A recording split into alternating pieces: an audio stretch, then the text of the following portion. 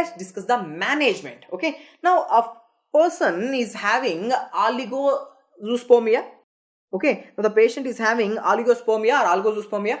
What does it mean by he is having less amount of sperms? Okay, he is having less amount of sperms. We have already seen what to do. What to do if the patient is having azoospermia. We have already seen. Now let's see what to do in the cases of oligozoospermia. Oligozoospermia means less amount of sperms. Usually how much should be there? Greater than 15 million per ml should be there. But if he is having 10 to 15 million per ml, okay, mild oligospermia, mild. Now in this condition, you can do intrauterine insemination. Okay, directly releasing the sperms. Which sperms? As it is? No. Processed sperms, concentrated sperms, only motile and viable sperms are directly injected into the uterine cavity. So that is IUI. So in mild oligospermia cases where the semen concentration is 10 to 15 million per ml, go with IUI. In moderate oligospermia, where the semen concentration is between 5 to 10 million, okay, 5 to 10 million, do the IVF. Okay, do the IVF. But if the patient is having severe oligospermia, the number of sperms which are very less than 5 million per ml, in this case do intracytoplasmic sperm injection. More the number of sperms, more easily she will get fertilized. Less the number of sperms, we will make the process of fertilization more easier. For example, if moderate amount of, or for example, if the male person, if he is having mild oligospermia, IUI. If there is moderate oligospermia, IVF. Severe oligospermia, don't take any chance. Okay, take the ovum, take the sperm, you fertilize it with your own hands via intracytoplasmic sperm injection. Okay, so this is the management of male infertility in the causes of oligospermia, in the cases of oligospermia. Okay, now let's see some important points about intrauterine insemination. We just discussed, right? So in the cases of mild oligospermia, we do intrauterine insemination. In the name itself, it's there. Intrauterine, inside the uterus, we are inseminating, we are putting the semen. I have already said, is it the normal semen? No.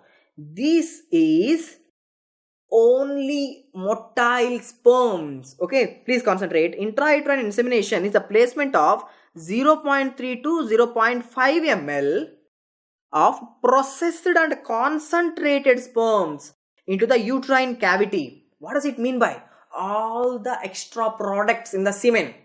For example, please concentrate: seminal fluid, excess debris, leukocytes, morphologically abnormal forms, non-viable forms. Okay, all these forms are removed. Only viable, motile, that too progressively motile sperms are released into the uterine cavity after lots of processing. Okay, so what is the most common method of this sperm processing, guys? The most common method of sperm processing is swim up technique. Okay, so swim up technique means the semen is collected and it was put in a test tube in a liquid media where the motile sperms are going to move up, so that you will be collecting only those motile sperms and you are going to inseminate in the uterine cavity.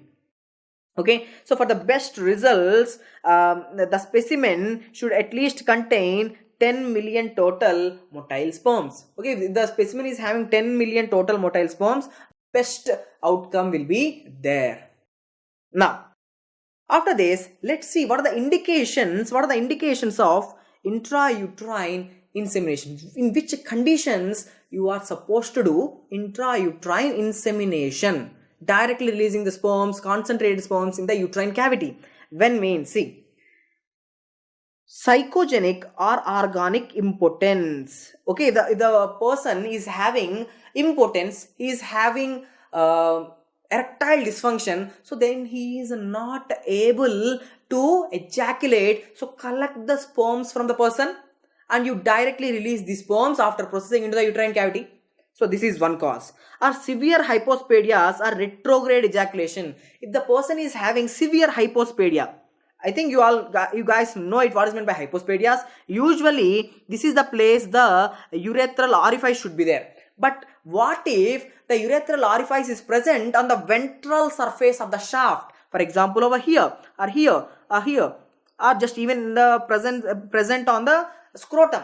This is known as hypospadias. Okay, this is the shaft of the penis, this is the glans penis. What if the urethra is opening like this on ventral aspect? Then it is known as the hypospadias, and hypospadias are classified into mild, moderate and severe. So if the person is having severe hypospadia, he is not going to ejaculate properly into the vagina, so most of the semen is lost during intercourse outside of the female. So in these conditions you can do intrauterine insemination. Okay, and even in the conditions of retrograde ejaculation, if the person is ejaculating back into his own pelvic cavity, nothing is coming out. So what you can do, you can extract those sperms from this person and you can process them and you can release into the uterine cavity after processing. Okay, so in those conditions. Now, other important conditions where you can do intrauterine insemination is oligospermia. We have already discussed. In mild oligospermia, you can do intrauterine insemination. In moderate, you can do IVF. In severe, you can do intracytoplasmic sperm injection. Okay. Now, and in asthenospermia, you can do it. Why? Because asthenospermia means they are not properly able to motile. So, you just decrease the distance of their travel. Okay, just bypass the vagina, just bypass the cervix. You directly take them and release them into the uterine cavity. So that can increase the chances of fertility. Okay. Now, a teratospermia, even in the conditions of teratospermia, you can go with the IUI. But in the conditions of teratospermia, it is better to go with the IVF. But you can also go with the IUI. Now, in the cases of unexplained infertility, very, very important. In the conditions of unexplained infertility, all the parameters are absolutely normal, but the female is not conceiving. Then go with the IUI. Very, very important. Okay. Now, cervical factor of infertility. What does it mean by cervical factor of infertility, guys? That there is some problem in the cervix. Okay, there is some problem. For example, the cervical mucus is not receptive for the sperms. Okay, there is a thick cervical mucus which is not allowing the sperms to ascend up. Or if there is any anti-sperm antibody at the level of cervix, what they will do? They will cause destruction of the sperms. So what you have to do, you have to bypass the cervix. You have to bypass the cervix and you have to directly release the sperms into the uterine cavity. So what you can do? You can do intrauterine, directly releasing the sperms into uterus, intrauterine insemination, bypass the cervix. So in the cervical factor, remember, in the cervical factors of infertility, we will do intrauterine insemination by bypassing the cervix. For example, cervical factors of infertility, what are the examples, guys? Thick cervical mucus or anti-sperm antibodies of the cervix. Now, husband is away from wife for a long time. Okay, the husband is working far from the wife. So the amount of time he's spending with his wife is very, very less. For example, he's only spending 1 month in a year. So in that 1 month, the chances of fertility are very less, maybe around 30%. For example, if they continuously participate in intercourse, they might, even on the day of ovulation, there is almost 30 to 40% of the chance maximum. So to increase the chances of fertility, you can go with the intrauterine insemination. Okay, and in HIV negative women with the processed semen of HIV positive husband, what does it mean by this condition is very, very important. There is a female who is very good, okay, who is very loyal to her husband, but there is this person who is not loyal to his wife, but he is having extramarital affairs, and because of that he got the HIV. Now this person got HIV. Okay, this person got HIV, and this female only want to get pregnancy from this husband. What if they naturally participate in intercourse? What will happen? This HIV will transmit to this female also, and even the baby will have HIV. So how to avoid that? you can take a chance by intrauterine insemination. Just collect the semen from this HIV positive husband. Okay, try to process this as much as possible. Okay, remove all the extra contents so that even HIV virus can be taken out. Only take the sperms, only take the motile viable sperms and release it in the uterine cavity so that the chances of HIV transmission may be reduced, not zero. You can reduce them. Okay. Now, guys, about the indications of intrauterine insemination, when you can go with the in vitro fertilization. See, in the in vitro fertilization, not just simply releasing the sperms into the uterine cavity, but here we are extracting the ovum. We are extracting the ovum from the female, and we are also collecting the sperm from the male. Okay, and we are just mixing them so that they will fertilize on their own. Okay, I am not fertilizing it with my hands. I am just collecting the ovum, I am just collecting the sperms, and I am just leaving them together so that fertilization can happen. But in intracytoplasmic sperm injection, with my hand, I am going to collect the sperm and I am going to inject it to the ovum. That is intracytoplasmic sperm injection, which we will do it in severe oligospermia. But in vitro fertilization, extract the ovum from the female, extract the sperms, combine them so that they will fertilize. We are doing it in vitro environment. Okay. Now, what are the indications? When? Guys, main important indications are these which you should never miss. Tubal factors of infertility. What are the tubal factors of infertility, guys? See, tubal factor of infertility means the tubes of the female are blocked. There is bilateral Cornwall block. What is the reason for her block? Maybe she have undergone some ligation procedure. Okay, she have undergone some ligation procedure, but she want to conceive again. So whenever there is a reversal of sterilization, most of the time they will again fuse. Or she might have genital tuberculosis where there is bilateral Cornwall block. So because of whatever might be the reason, if there is a tubal block, don't do intrauterine insemination. Why? Because you have performed, please concentrate, you have performed intrauterine insemination. But the tubes are blocked. If the tubes are blocked, there is no way that the ovum is reaching the uterine cavity or the sperms can go into the fallopian tube. So, in the conditions of tubal factors of infertility, don't do intrauterine insemination. Collect the ovum, collect the sperm and fertilize them. And in the conditions of endometriosis, very, very important, in the conditions of endometriosis, especially in severe endometriosis, where the tubo-ovarian relationship is totally distorted, in those conditions, you can go with the IVF. Okay, IVF, in vitro fertilization, and this ET means embryo transfer. After fertilization, you have to transfer this embryo into the uterus. Now, and in unexplained infertilities, guys, I have already discussed that in unexplained infertility, you can better go with the IUI. If there is a failed IUI, you can go with in vitro fertilization. Okay, and if there is a failure of intrauterine insemination, then you can again go with the in vitro fertilization. What if in vitro fertilization is also failed? Go with the intracytoplasmic sperm injection. Okay, see, first do intrauterine insemination, not happening, go with the in vitro fertilization, not possible, go with the intracytoplasmic sperm injection. Okay, so more better, like that. Okay, so immunological factors, if the female is having some immunological factor, then you can go with the in vitro fertilization. Okay, now here the one important point I want you guys to remember is, see, we have to collect the ovum, am I right or not? How we are going to collect the ovum? How we are going to make her to release the ovum?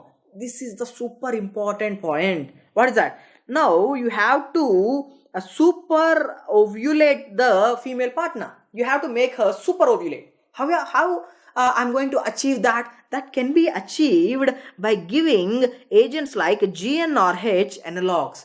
Give her GnRH analogs in pulsatile doses. GnRH helps in the production of FSH. FSH is a follicle stimulating hormone. If it's a follicle stimulating hormone, it stimulates the ovarian follicles so that there is ovulation. Okay, you can give FSH or human menopausal gonadotropin. Guys, what does it mean by human menopausal gonadotropin? I have already discussed many times that human menopausal gonadotropin is nothing but the FSH which is extracted from the urine of menopausal women. In the urine of menopausal women, there is lots and lots of FSH. So you just extract this FSH and give it to those women who are not ovulating. Because of this FSH, the female will super ovulate. And you can also use drugs like, or agent, not drugs, you can also use hormones like human chorionic gonadotropin. Why? Because human chorionic gonadotropin is similar to hormone LH structurally. So LH is helping in the ovulation. So beta HCG, as it is similar to LH, luteinizing hormone, can also cause ovulation. So by giving ovulation inducing agents, you can make her ovulate and aspirate those eggs and fertilize them with the capacitated sperms, and culture the fertilized egg. And what you have to do at the end of the day, you have to do the embryo transfer into the uterus. This is what in vitro fertilization is. Okay, now where else you can do in vitro fertilization? Guys, remember, for example, if the female is having premature ovarian failure, okay, female is there, male is there. For example, male is completely alright. The female partner is not having enough eggs. In this condition, now she want to have a children, but she is not having eggs, but she want to have a children. What we can do? See, we can take the sperms from the male and we can fertilize these sperms with the donor oocyte. So she cannot be a genetically mother, she cannot be genetical mother, but we can take the donor oocyte from totally different female, genetically different female, and we can fertilize that ovum with the husband's sperm. So in this condition also we can do IVF. Which condition? Decreased ovarian reserve or premature ovarian failure. Now female with a high risk of transferring genetic disease. For example, there is a female and she is at a high risk of transferring diseases like hemoglobinopathies. Now what we have to do?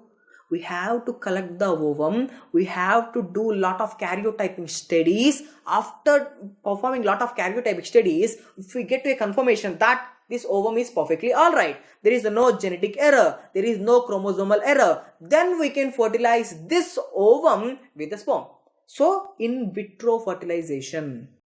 Okay, and Mullerian agenesis. If the female is having some Mullerian abnormalities, for example, something like Mullerian agenesis, there is no uterus at all, there is no fallopian tubes at all, but in the condition of Mullerian agenesis, the patient is having her ovaries normally. Why? Because the ovaries, they have developed from the genital ridge. So ovaries are normal, so we can extract that ovum by superovulation. We can fertilize it in vitro. In vitro fertilization is done. So these are some indications of in vitro fertilization.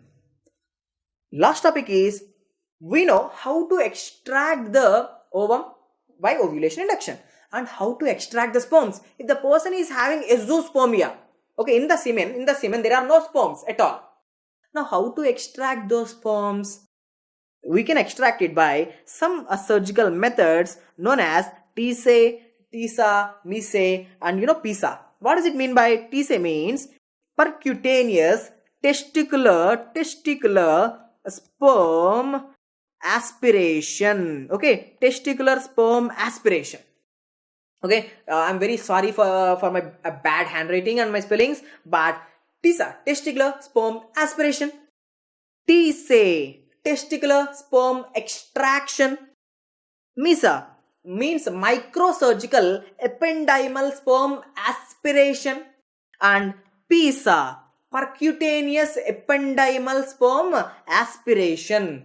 Okay, so these are some techniques by which the sperms are retrieved in the conditions of azoospermia directly from the testis. Okay, so I hope this lecture is helpful. In the next video, we'll be discussing the female causes of infertility. Thank you.